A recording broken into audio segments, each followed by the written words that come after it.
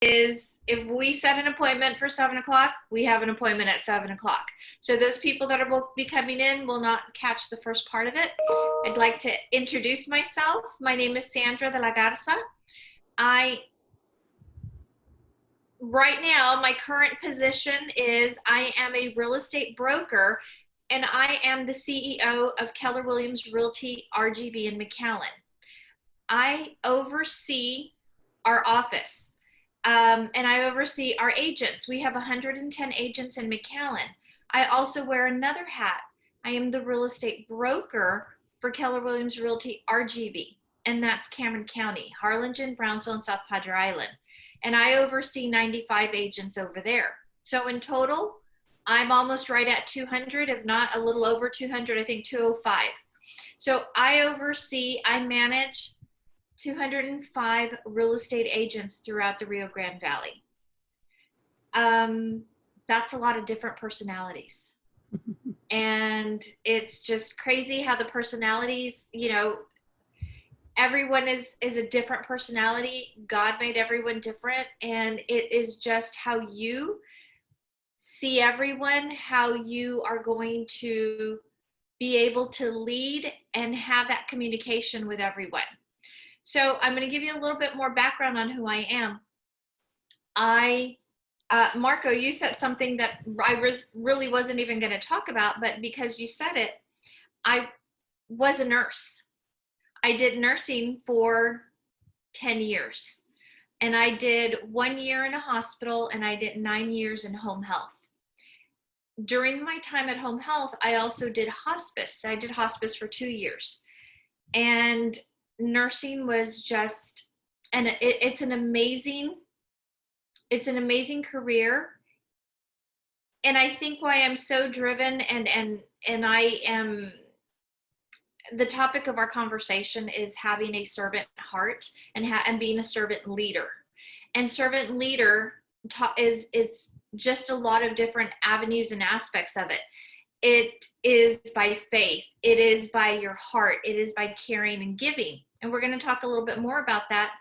But I can, I'm going to be 50 this year, and I can totally go back and see where my career started in nursing. It was from my heart. It developed and it went into real estate, and it was about people relationships, and it was about my heart, and it was about serving people. In nursing, it was serving them to make them comfortable. It was serving them to heal their wounds.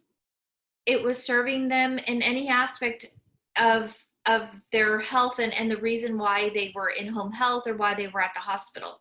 In real estate, it's about serving your client, serving your customer. But for me, it's about serving my agents. They are my customers. They are my clients. So I have to be ready for them. Again, I have 205 agents. Imagine all the different personalities, and no one personality is the same, ever. And I'm sure y'all have heard your mom or your grandma say, your children, no one looks alike. Something to that effect, and I don't know how exactly they say it in Spanish, but I remember my grandmother would say, I have 5 children, and of my 5 children, neither one looked the same, just like your hand. Neither one looks the same. Okay, so that's just a little bit about me. I'm married. I have a 21-year-old soon-to-be son. He is also in the university at UTRGV in Edinburgh, and he'll be graduating in about a year. So he's at home doing his thing and working as well. So thank you all for taking Thursday and to be here. And I please understand that for me, this is interactive. I'm going to talk. You have questions, please interrupt me. We don't have to wait till the end, and we can just have a conversation, okay? So this is really, I just want to have a conversation with you all. I want to tell you servant leadership and what that means. It's a leadership philosophy in which the main goal of the leader is to serve. This is different from a traditional leadership where the leader's main focus is the thriving of their company or the organization. The difference between a traditional leader and a servant leader. A traditional leader seeks leadership as a rank, versus a servant leader sees leadership as an opportunity to serve others.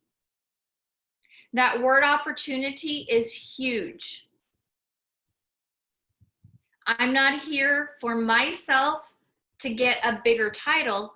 I'm here for my agents to give them the opportunity to become successful.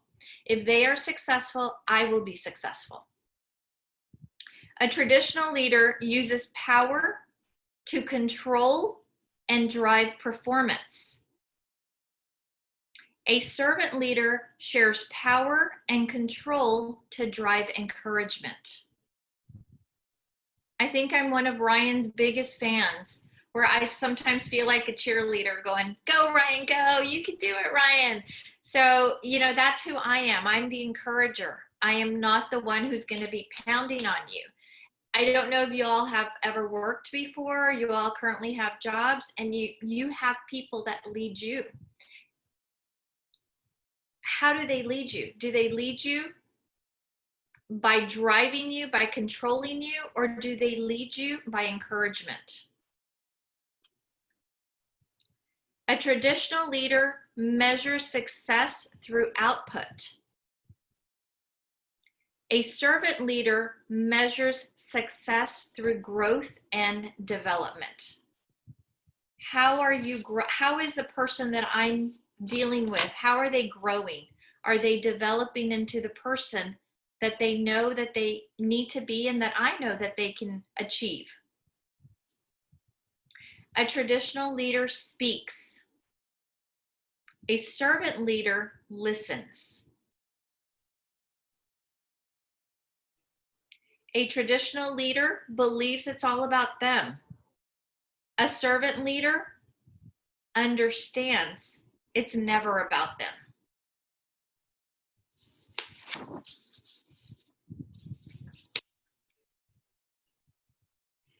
Does anyone have any questions or any comments on that? Oh, I didn't see. There's chats going on. Let's see. Oh, y'all are just talking to each other because you know each other. Okay, so now I'm going to go into something called the 11 pillars of servant leadership. The first pillar is calling. Like I'm calling you, a calling. You are compelled to lead others because of a belief in something that is larger than yourself. What is larger than you that you have that calling? Marco, you want to be a nurse. You have a calling for serving people in that manner, caring for them. Do you know what kind of nurse you want to be? And is there a different or a particular section you want to be in? Right now I'm looking into wound care nurse. Okay. But I want to be an anesthesiologist. You want to be an anesthesiologist? Mm-hmm. That's awesome. That's awesome.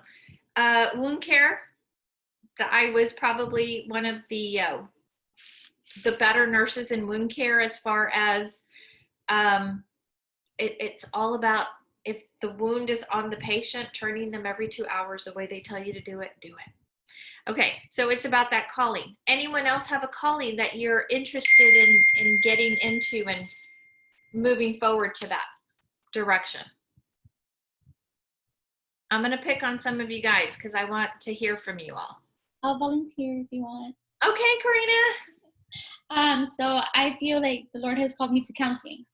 To counseling, okay. And would it be adult? Would it be children? What kind of counseling? Adolescent.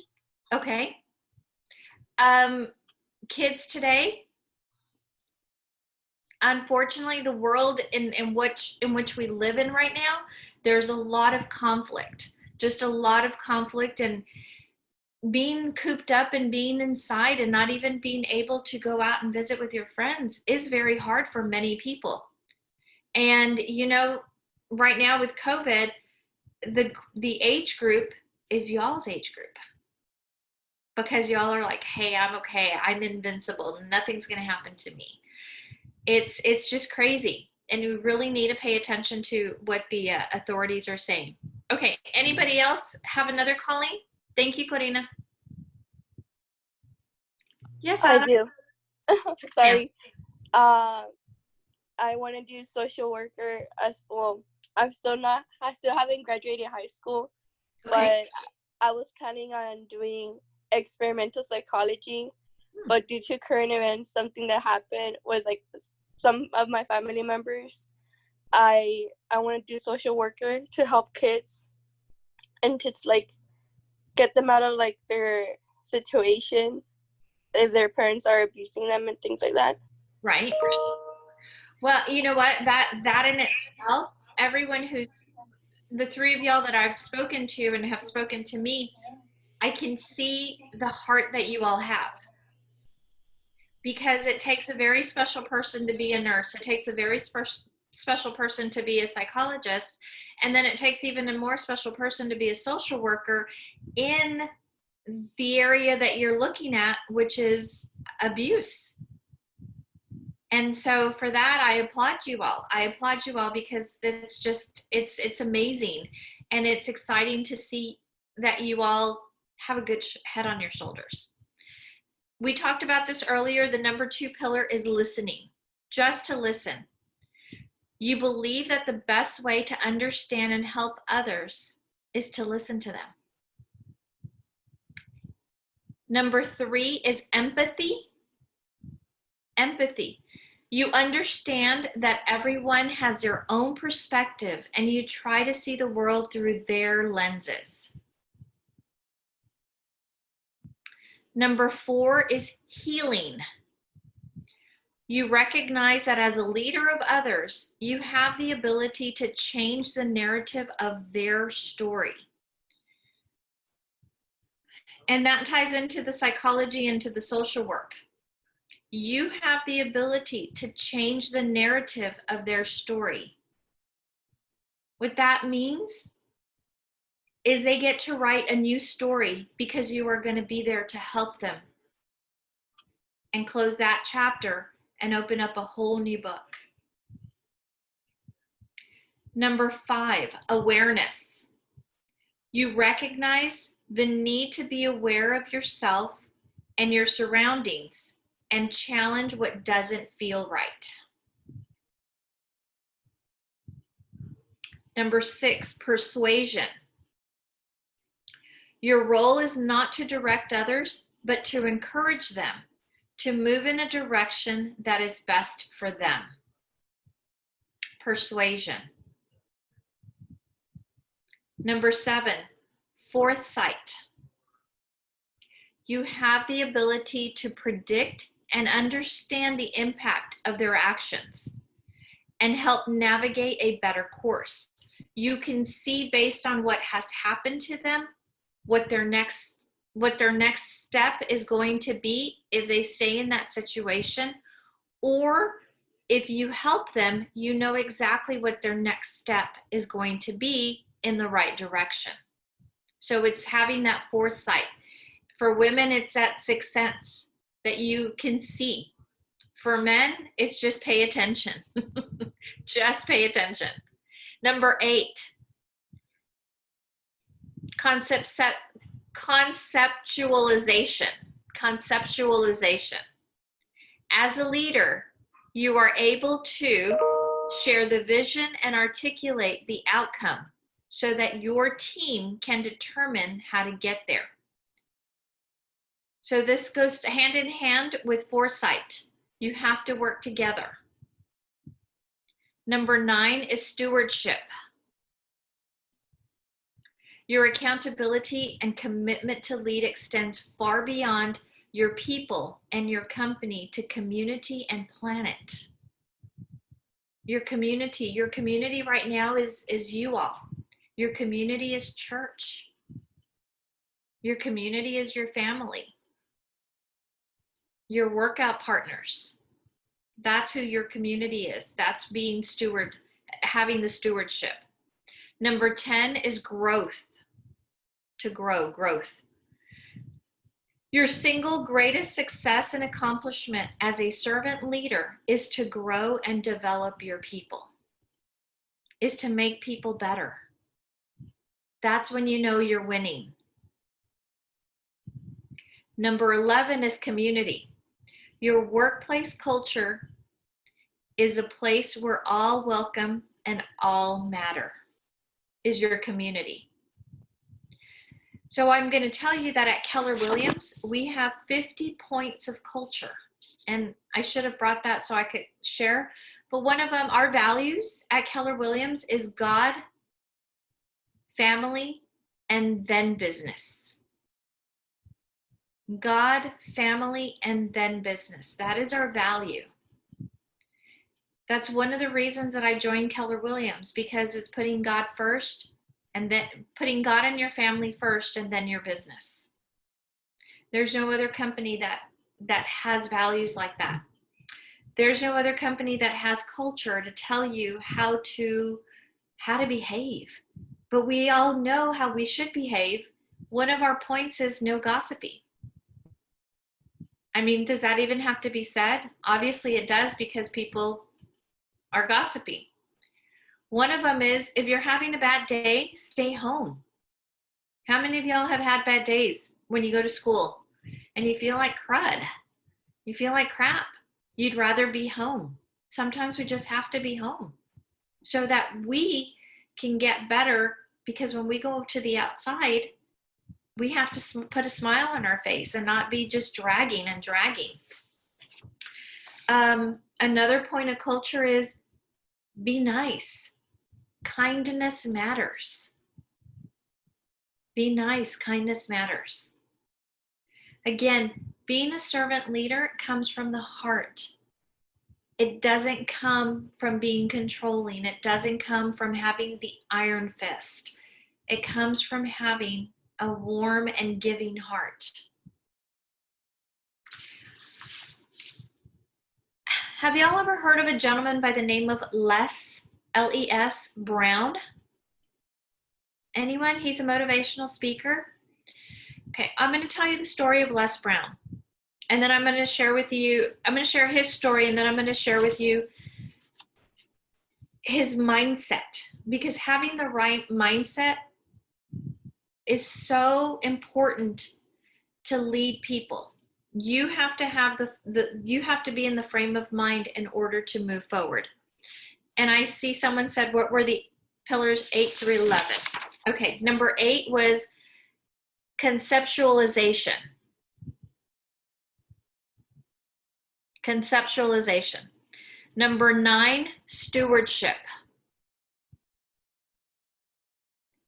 Number 10, growth.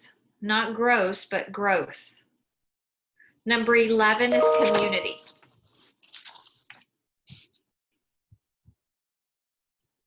Any other questions? Okay, so Les Brown, a more motivational speaker. If you can catch him on YouTube or on a podcast, you know, take 30, 40 minutes to listen to him. So Les Brown began when he and his brother were born in an abandoned building and adopted by a hardworking domestic worker named Mamie Brown. Dubbed as a dumb twin by his classmates, Les only began to change his vision of himself when his teacher told him, "Someone's opinion of you doesn't have to become your reality. Someone's opinion of you does not have to become your reality." Since then, Les has been a radio personality, a politician, and worked in the music business before becoming a heavily sought-after motivational speaker. His famous word is hungry, but he says it like with an O, hungry. And if you hear him, you'll understand. And he says that people have to have a hungry mind. Les also offers a list of past tasks that you can find on YouTube. So let me tell you just a little bit about him. And I just told you about him, but what he says is, you're never too old to learn and you're never too young to teach. Gonna venture to say that you all don't have children, but if you do, or if you have little nieces and nephews, don't they teach you all every day? They teach you every day. I think everyone needs a little toddler, little child in their lives to become grounded. Les also says, there are moments in life that can make or break you. Living from a place of integrity is what makes you become an entrepreneur and a leader. Living in a place of integrity is what makes you become an entrepreneur and a leader. Integrity is so important in whatever you do. If you could put your name to that's the job that you did, are you having integrity? If you lie and you said, I did this, is that having integrity? So, living from a place of integrity is what makes you become a leader and an entrepreneur. The people who are hungry will do the things others won't, so they don't have, let me start again. The people who are hungry will do the things others won't do, so they can have tomorrow the things that others won't have. So what you are willing to do today, someone else is not going to have it tomorrow because you are willing to do it. You are willing to struggle for it. Being average is not an option. You have to be extraordinary in order to be considered average.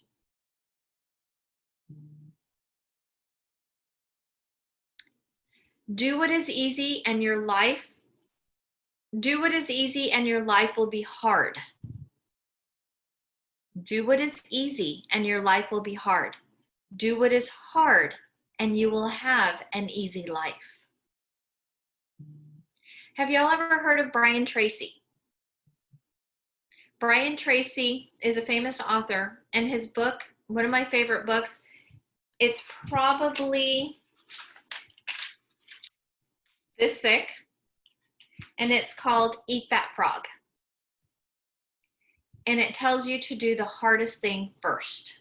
Every morning, my motto is, eat that frog, Sandy. You got to do this before you can do anything else, because after you do that, the hardest thing, everything is easy after that.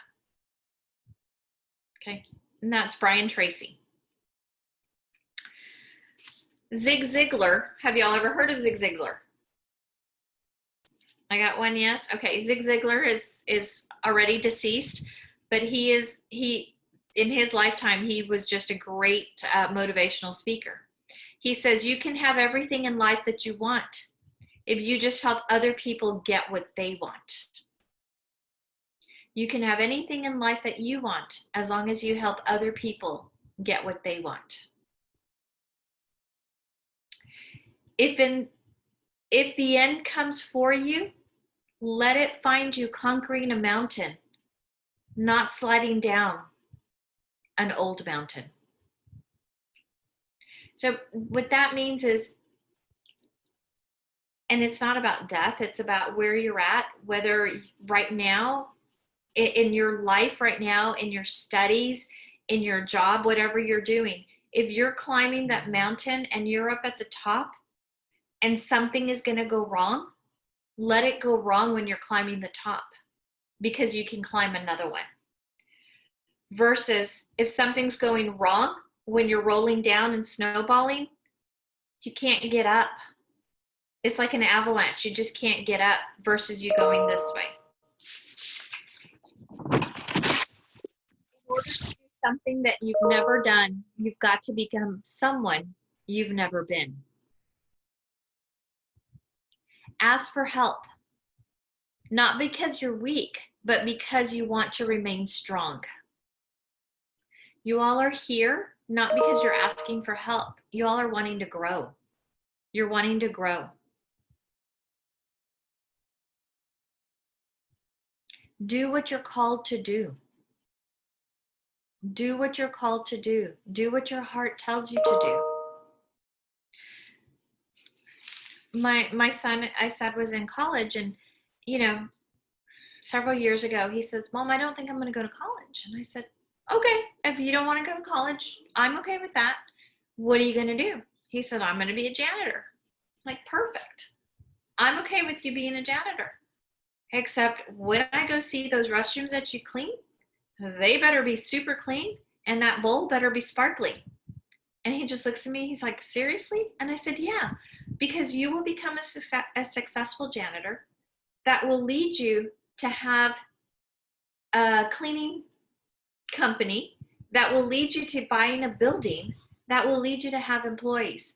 And he looks at me. He's like, seriously? I'm like, you're the one that wants to be the janitor, right? There's different ways. It's not just I'm going to go clean toilets. I'm going to go sweep and mop. There's other things to do. So do what you're called to do. And why I say that is when I had that conversation, he was having the same conversations with his friends from school. And his friends were saying, I don't want to be an engineer. I don't want to be a doctor. Their parents were telling him, this is what you're going to do. So that day he came home and he's like, thanks.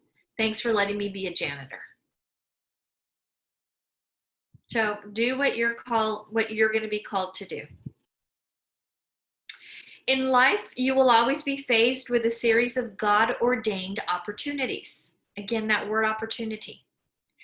In life, you will always be faced with a series of God-ordained opportunities, brilliantly disguised as problems and challenges. As problems and challenges. I'm going to talk a little bit about affirmations. Does anyone here say any affirmations in the morning or in the evening? Ooh, all right. Monica, can you share an affirmation with me? Yes. Can you hear me? Yes. One of the affirmations is, I have the mind of Christ. I have the mind of Christ. Very nice. Very nice. Can someone else share an affirmation? I know I saw 3 hands go up. No? Ada says no? No. Okay, Ryan, why don't you share an affirmation? Ryan? No, Ryan. Yeah, I got it. Okay, Maria, you can go after me. My affirmation sometimes is I am more than a conqueror. I am more than a conqueror. Very good. Okay. Mariel? Yes. So every day I tell God, okay, what's my assignment today?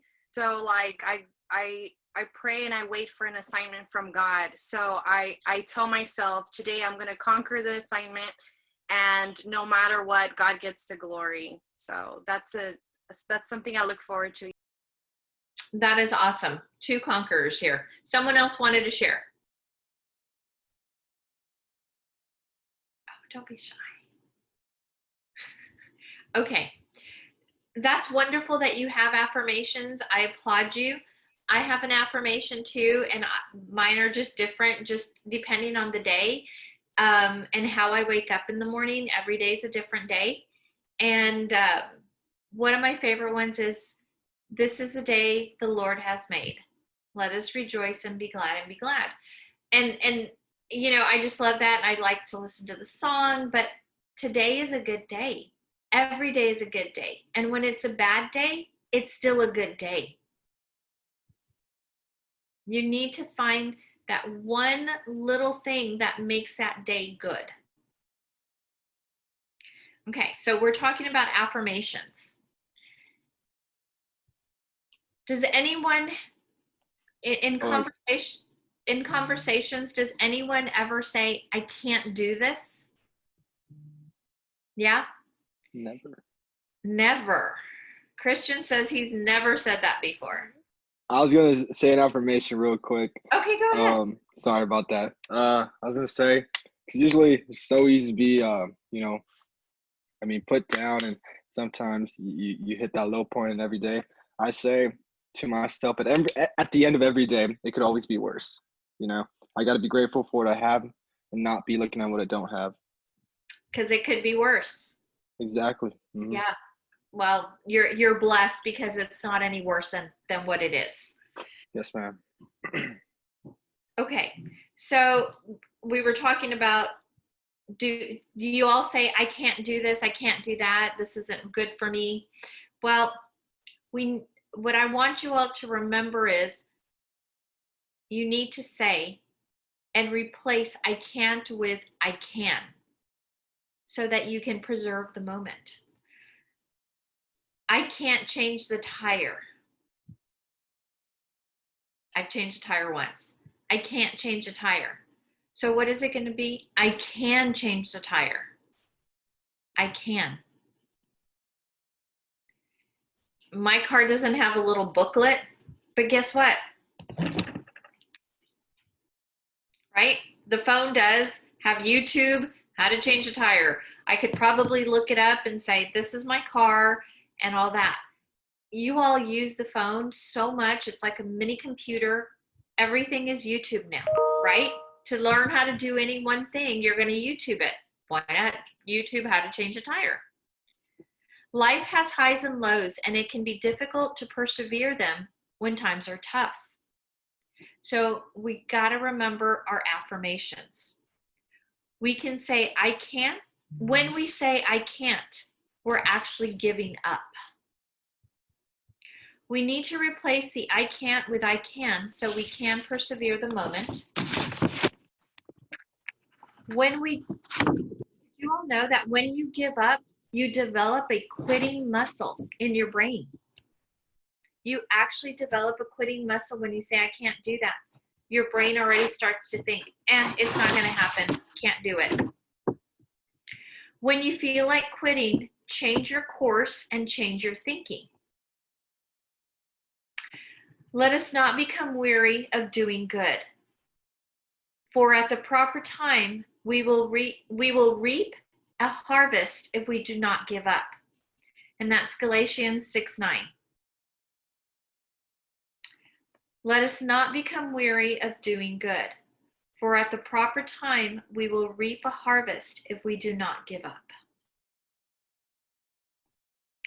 Self-confidence is the most attractive quality in a person. Did you hear that? Self-confidence is the most attractive quality in a person. How can anyone see how great you are if you don't see it yourself? If you don't see the person that you are, how can someone else see it? You have to have that confidence. Coming here and doing this with 27 of you all, and with Ryan for a week already saying, I'm super excited. I'm like, stop it. Are you ready, Miss Sandy? Go away. Like yesterday, I'm like, I'm hyperventilating. Leave me alone. and he knows that I probably would tell him that. But you know what? I have the confidence to speak. I don't mind speaking. I don't mind having conversations. I think it's great. If you can walk away here with one thing, you didn't waste your time. It couldn't get any worse than that, Christian.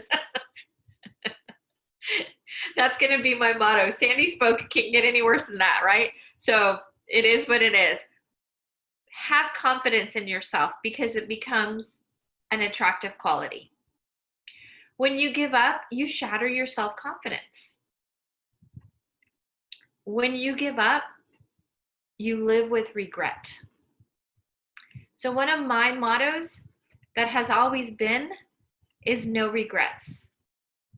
And now I jokingly say no regrets because I'm sure y'all have seen that tattoo meme that says no regrets. So for me, it's no regrets.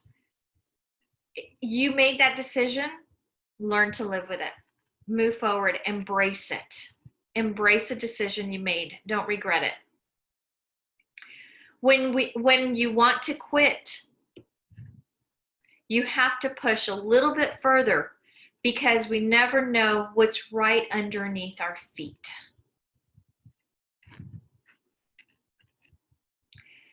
Stop and then start again. It's okay to stop, but you just need to start again.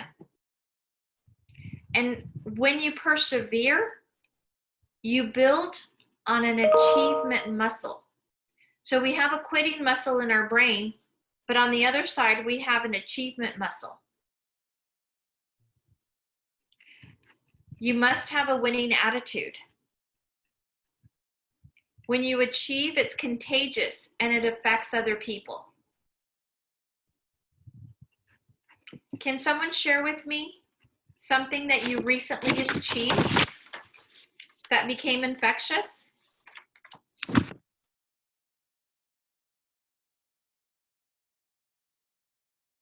Someone?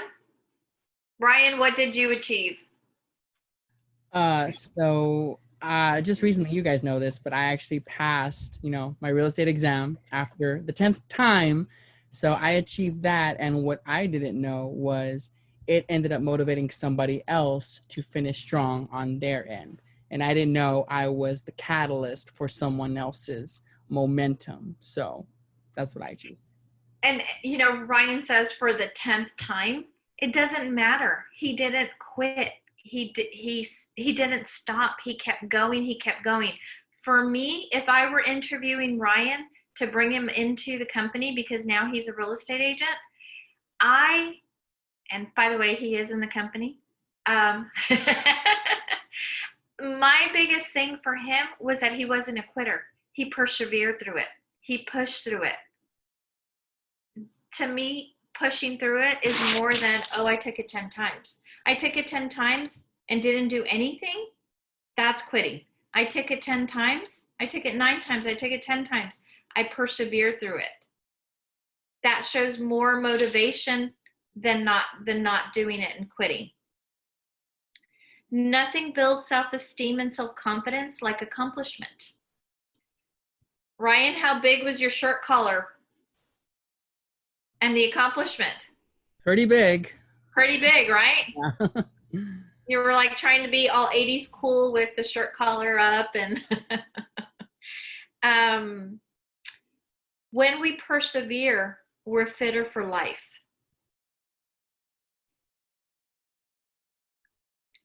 I'm going to say this is a quote. Let's see if anyone knows who says this quote.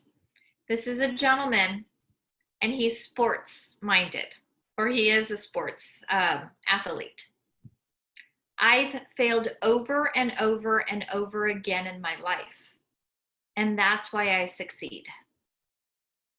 Michael Jordan. Michael Jordan. And that's just because you saw his special recently, right? Michael Jordan, he failed over and over and over, 3 overs again in his life, and that is why he succeeded. When we persevere, we become unstoppable.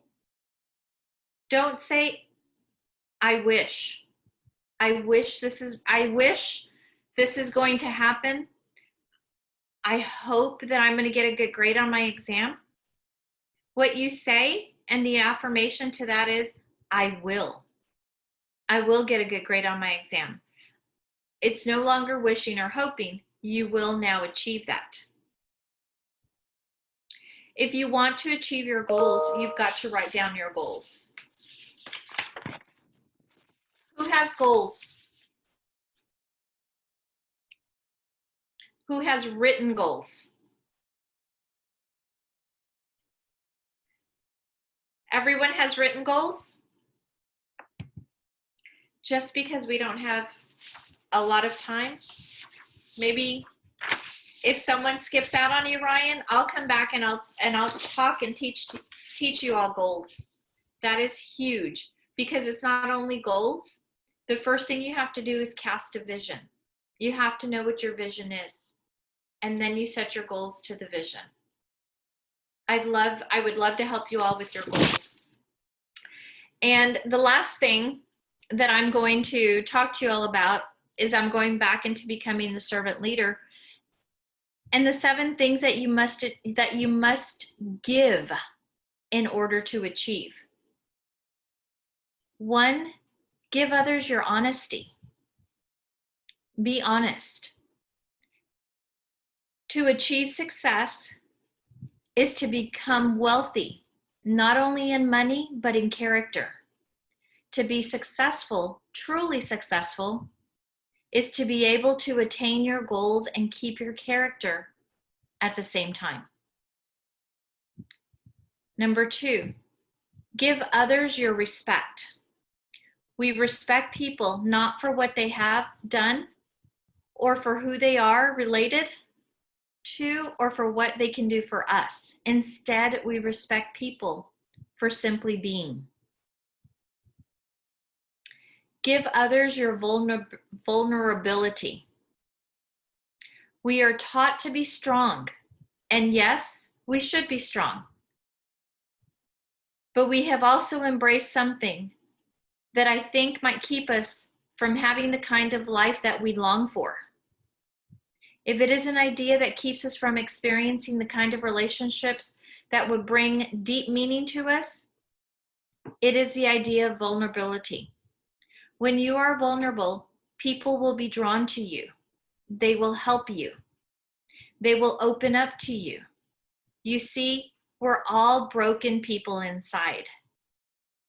We all have secrets, yet everyone plays the poser. When one lets their veil down, others soon will follow, and we will all win. Number 4, give others your care. Take the time to show people you care. Listen to them, empathize with them, love on them. This doesn't mean that you have to go around hugging everyone, but take time to step back from your business and be human. When you do so, your business will succeed. Give others your passion. Be excited. Give people all the energy that you muster up, and you will find that energy reciprocal. They will get energized and passionate. This will in turn fire you up more when you're already charged and getting to get together when you don't feel like moving at all. Number 6, give others your experience. We all have areas that we excel in, and they are usually areas that we are experienced in.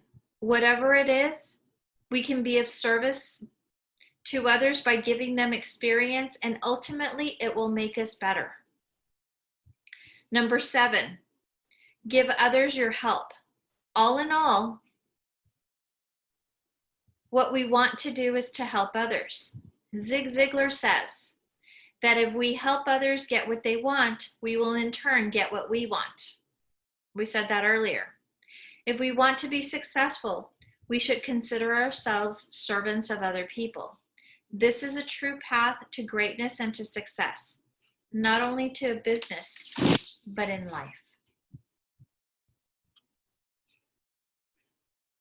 Okay, guys, talk to me.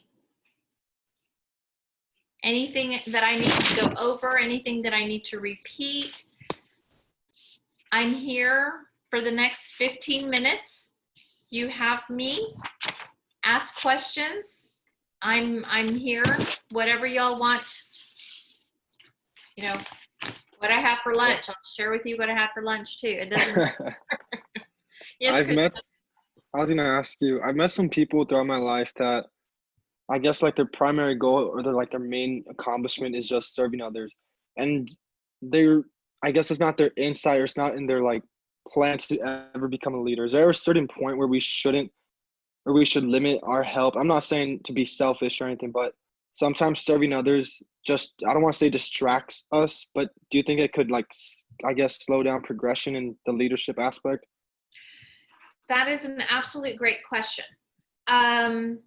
There are some people that don't want to be helped, that will not accept or embrace you when you speak. You try and help and counsel them as much as you can, And when they're not accepting, that's when you stop. You know, you've got to put, you have to put that wall in front, but at the same time too, I'm sure Ada and Karina are saying, hey, wait a minute, because they're well, Ada not yet because she's still in high school, but Karina is thinking more like, well, wait, we need to stop and help them and find out what's wrong and go and dig deeper. You will know when you've dug as deep as you can. You will know, if that makes any sense. When you're having conversation and it's your umpteenth time to say the same thing over and over again, you're wasting their time, their time, and your breath. And I just don't want to waste time. And you will know that. And maybe it's not you, Christian, that's going to be able to help someone and to lead. It may be someone that you know that can help that other person lead them. Not that you're not leading them. You have to have a connection as well. You do have to have a connection. And if you don't have that connection, they're not going to accept you. They're not going to accept you. And that's in everyday life. That's how we have friends, and that's how we have enemies. And what's the saying? Keep your friends close, but keep your enemies closer. That's why that happens. Anyone else? Something else?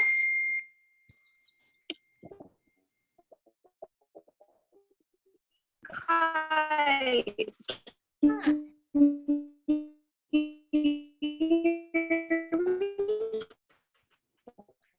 That doesn't sound good. Hello? Hello? Can I you, can hear that. hi, I actually have a question because like you have a lot of experience, I guess, in being a leader. Can you hear me? No, you can. But you know how, as much season comes in our life where we feel Yami, you're breaking up, girlie. If you want to type in your question. we That can't probably would be serve better to others. type Like, your. you know what I'm saying? When sometimes life. Okay. I'm so sorry, y'all. It's because I'm not home. Can you type your question? She's like, Yeah, she all got right. it. Great. Someone else? So I've been in real estate for 20 years. And in the 20 years, I've owned a real estate company, a Century 21 franchise, and I did that for 13 years. And then I went on to go to what we call independent brokerages, mom and pop, something that's not a franchise. I did that for 2 years. And then I came to Keller Williams, and I've been at Keller Williams for 4 years. And I've always been in a managerial position. So I've always managed people. When I worked in nursing and I was in home health for 9 years, 7 of those years, I was the administrator of the company. So I've always been in a managerial ownership kind of way. Hi, Miss Sandra. Yes, ma'am. What's one way you served someone today?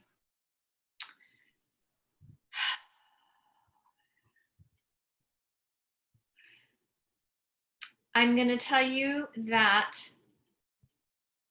every morning, I live in Harlingen and I work in McAllen. So every morning on my way into work, which is about 35 minutes, I call my partner over here in Harlingen, and I talk to him and I guide him through his day. What is he going to do? What is he not going to do? What are we going to do together? What are we not going to do together? It's kind of like a mirror match, what I'm doing, and not necessarily that I want him to do, but I'm leading and guiding him to become a better leader. Not that I am the best leader, but it helps me in having conversations with him to sharpen my skills, but also to help him in that way. So that was at the very beginning of my day. But also, Monica, with COVID right now, our organization, we had 2 of our realtors that tested positive for COVID.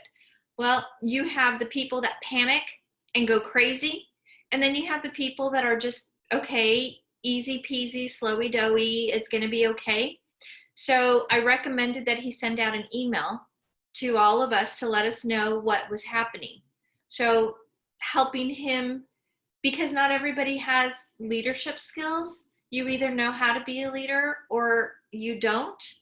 And if you don't know how to be a leader,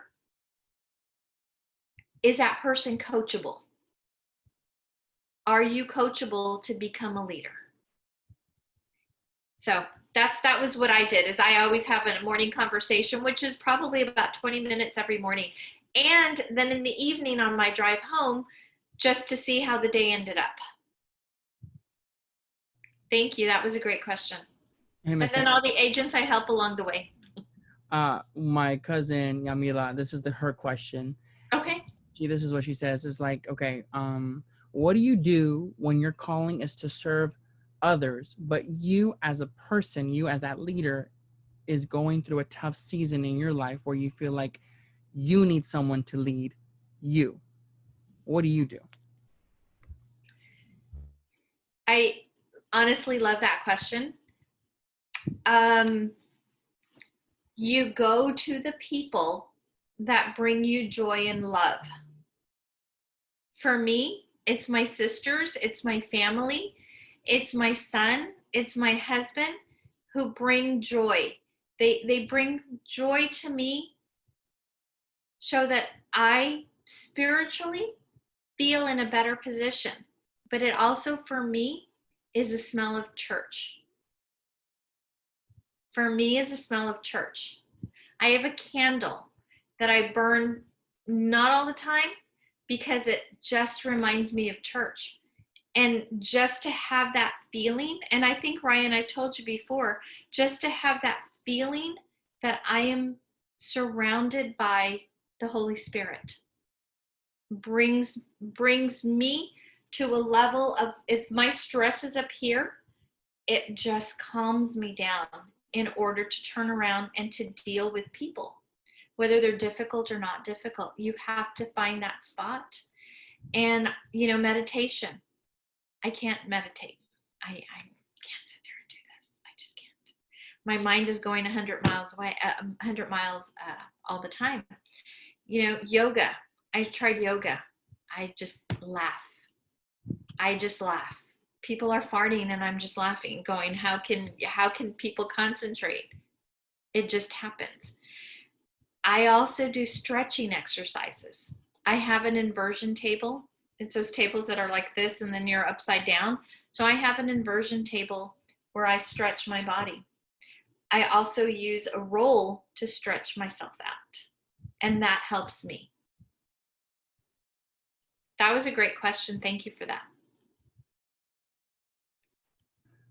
I have one question, Miss Sandy. Yes. I know we've talked, and well, just kind of open insight. Guys, Miss Sandy is like a family friend to my mom. Her and my mom are really close, and I kind of see Miss Sandy as another mom, and she's kind of helped me through a lot of situations. But Miss Sandy, what do you think? What do you think is one of the weaknesses I think everyone has? Let me kind of elaborate on that question. Or what do you see in a lot of young people that you feel that they're weak in and they need to work on? Oh, that's good. Communication skills. Communication is not like this. Communication is eye to eye. Communication is eye to eye. When you meet with a boss, when you're going in for an interview, a firm handshake, not a fish hand, a firm handshake, and a fish hand is, something like this, right? And sweaty.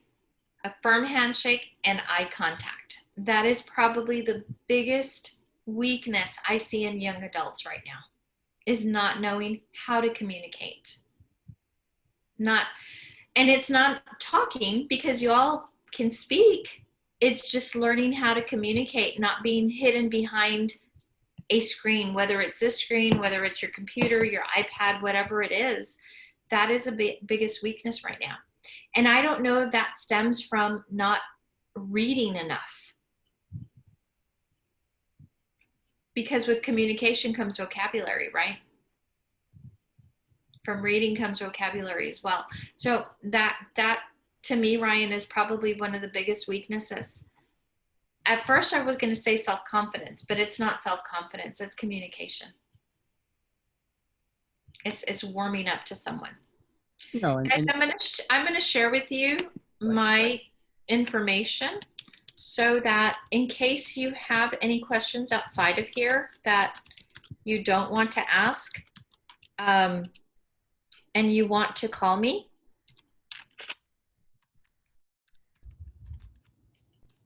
there you go. And let me give you my email address.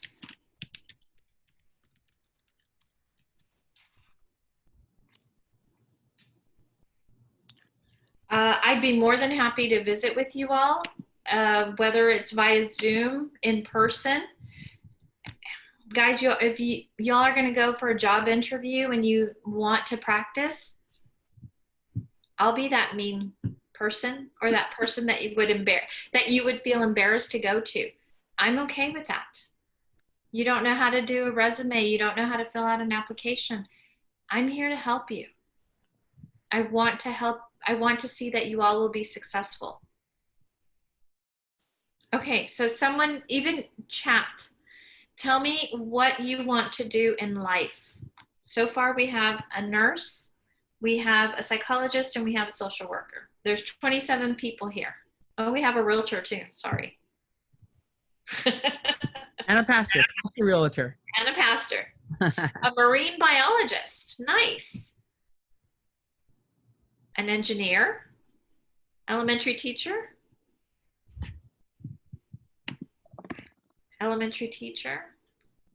clinical mental health counselor, worship pastor, speech pathologist.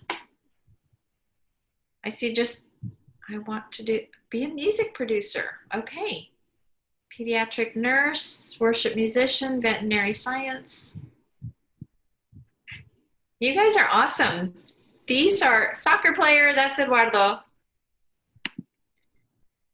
You just want to hear goal. That's awesome.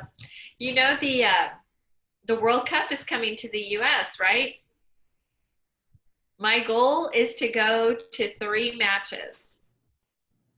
I want to go to 3 matches in the United States somewhere. A dance and movement therapist. Oh, wait a minute. I've never heard of that. Dance and movement therapist. Elizabeth, talk to me a little bit about that. So dance is kind of like my outlet. So,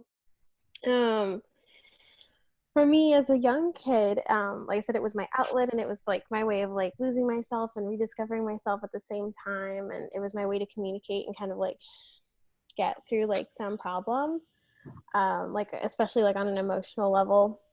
And so I just really want to be able to provide like therapy through movement, like not only for like an emotional purpose, but like even for like physical purposes. Like right now I currently work with a lot of a dance instructor, but I work a lot right now during the day with special needs children. Mm-hmm. And they have like just differently abled things that they can or can't do. And so like working with them, just helping them with like their range of motion, and just like being able to let them help them express themselves when words fail, because I do have some students who are non-vocal, and I think that that's important for them, and it's fun. That is amazing, and music is so therapeutic. Music is so therapeutic. Awesome. That's a first time. That's a first for me. A paramedic. Okay. A wife. Aww. Who said that? Adeli. Aw, that's like a heart. Nobody wants to be a wife anymore. That's really cute. Like, that's special. That's my girl. You all are amazing. Ryan, anything else? No, Miss Sandy, but you know, I'm sorry, my phone's blowing up. We do this for every speaker, and we just honor our speakers. So guys, right there where you're at, what do? We honor them. We say thank you. Thank you so much, Miss Sandy, for being able to do this on a Thursday. I really do appreciate you, and I honor you so very much. And it was very insightful. Our WhatsApp chat was blowing up with like, does anyone have these notes? My hand's hurting. I got carpal tunnel, so much note taking, which is amazing kids, because you know we're like teaching them to like develop note taking skills, leadership skills. And just really quickly, while I just have you on the call, you know, guys, sometimes life is not just about ministry. You know, life is not just about, you know, leading. And no, you have to have leadership behind your craft. There's a leader in everybody. And something that my pastor said is that leaders are note takers and readers. So, you know, the majority of the authors that Miss Sandy shared were all like books that I've read or authors that I've read from. So you're getting your dose of spiritual, and you're also getting your dose of leadership. So this was your leadership, and I hope you guys enjoyed it. I do want to bring her back, you know, to help you all with goals. I know we started doing goals at the beginning of this group. Some of you have worked your way into getting them. Some of you are still working, and some of you just haven't. But it's okay. There's grace. What I will say, if we're able to come out of being and doing away with Zoom and eventually stopping our social distancing, if we could get together and be together, then we can actually be more interactive with our goals. And if not, we will still do it on Zoom, and we will still work on our goals. You guys down for that? I know. Remember, it's about casting a vision. You got to cast your vision first. Remember, our boy Pepe wanted to do another week of Marked. I'm like, we'll see. But definitely, we'll definitely do that for sure. Go ahead. Ryan, and I know that your series goes for how long? This is going for another, what is it? We're on the 3rd week, another 5 weeks. So all the way up till August. Well, you know what? It's actually perfect, because the perfect time for goal setting is September, October. There we go. Mm-hmm. Do you guys want to, I know for our students from Matamoros, we can work with you. And of course, our students from out of town, we can work with you. But everybody else, you guys down to, you know, be a part of these, of an actual gathering with food and snacks? If we can. If not, we're going to have to do it Zoom. Perfect. If you say food, everyone will show up. Yes, I'll be there too. It's food and money that gets anybody anywhere, right? So, guys, one of the things that I do is I give Keller Williams, another one of our points of culture, is to give 7 hugs a day. And I have only given 1 hug today. And so by hugging you all, I will have given 26 hugs. So here's my virtual hug for the evening. Yeah. You all be blessed and have a wonderful evening. Bye-bye. Thank you for having me. Thank you. All right, guys, before you all dismiss and run off like the beautiful people that you are,